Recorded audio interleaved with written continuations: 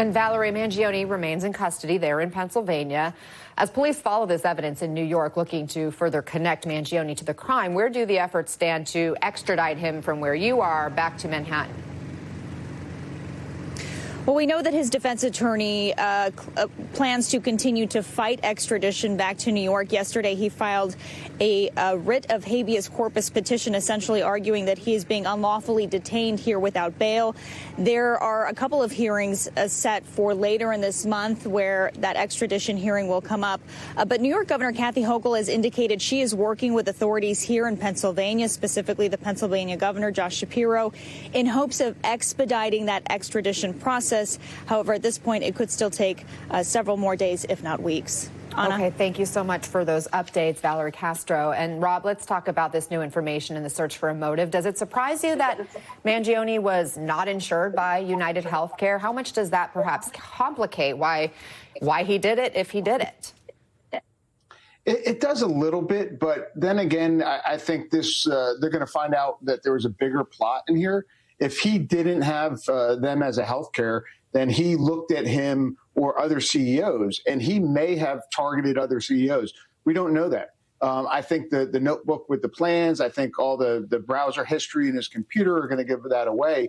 But I always question, why did he still have the gun? If he did this, why didn't he throw the gun in a river when he's in Philadelphia or Pittsburgh? Well, he may have been looking to continue this action by looking at other CEOs. It might have been this one was more vulnerable. He found out information that he could take action on. He did it and then was going to look to do something else. Jillian, there's the reporting that Mangione had suffered some kind of a back injury, and police are telling us this about that. He posted x-rays of screws being inserted into his spine. So the injury that he suffered was a life-changing, life-altering injury, and that's what may have put him on this path. Of course, there's a big leap from back pain to murder. So how might police be trying to connect the dots or fill that gap? So I think what they're trying to do is figure out, was his pain that he was suffering, was that actually the rationale behind his crime? Or is he so upset with the healthcare industry, how he feels slighted by the healthcare industry, and that's what actually drove him to commit these crimes? The unfortunate reality is so many Americans are dealing with chronic health issues, chronic pain issues, and most of them don't go out and hurt people, let alone murder people. Yeah, exactly, which is, again, something that is a key piece of this. It sparked outrage because of what people have experienced. But, Rob, investigators say Mangione, he went silent for months before the killing, his family even filing a missing persons report recently. How are police putting together what happened during that time, and how important is it to figure that out? It could be tough, but I think he wrote enough online that they're going to start doing like a timeline of when he started disappearing from his social circles that he was used to engaging with, when he started writing things, when did it come out that he liked, the hero, the Unabomber, all those things came or I think are leading up to this point. And I think they're going to backtrack it. And then they're going to start talking to witnesses, that knew him, saying, hey, what was he talking about at this time? Did he indicate anything else? Because I think it was a slow movement down this dark path that they're going to have to really time out. Again, motive doesn't have to be proved. The juries like it. They like to paint this picture saying, why did this very intelligent person go from this to actually murdering someone? I think the jury's going to want to know that.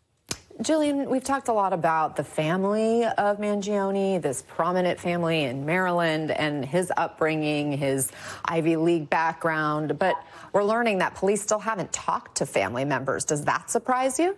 It doesn't, because of the position of the family. So now with this national media coverage, I would assume that the family, being in the position they are, would have counsel, and the police would not be authorized to talk to them without the presence of their attorney.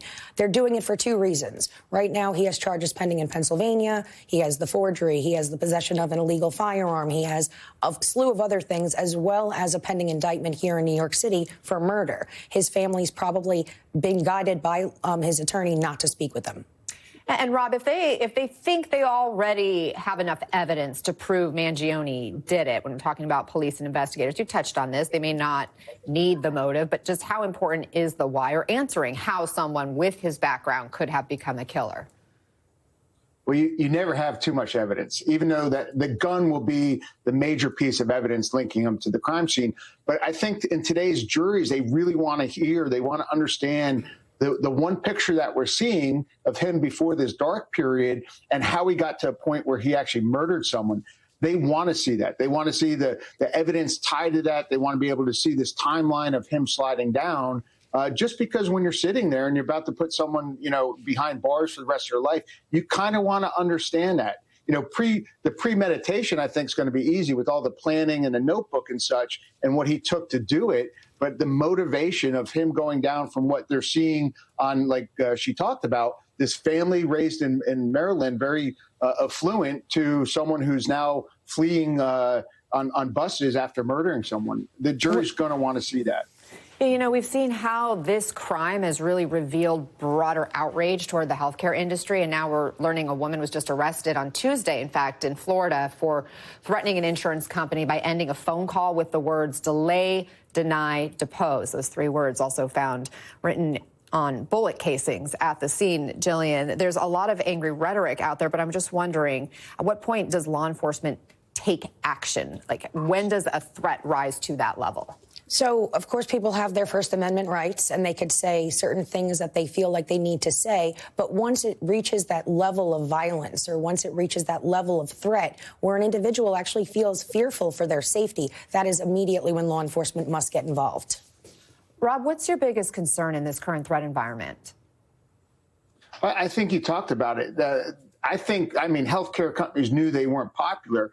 But the fact that there's so many people siding on the side of a person who murdered someone, I think is scary. I think it's frightened them to the point where they're really starting to understand that backlash. I predicted that the threats coming in now would all tie back to this New York City shooting, because when you threaten someone, you want them to be scared. You want them to take fear of something. And now if you point to this, then it goes to, okay, it's going to scare them. And then gathering which ones are really capable of violence and which ones are just threats. Rob D'Amico and Jillian Snider, thank you both. I always appreciate your expertise. It's good to have you here.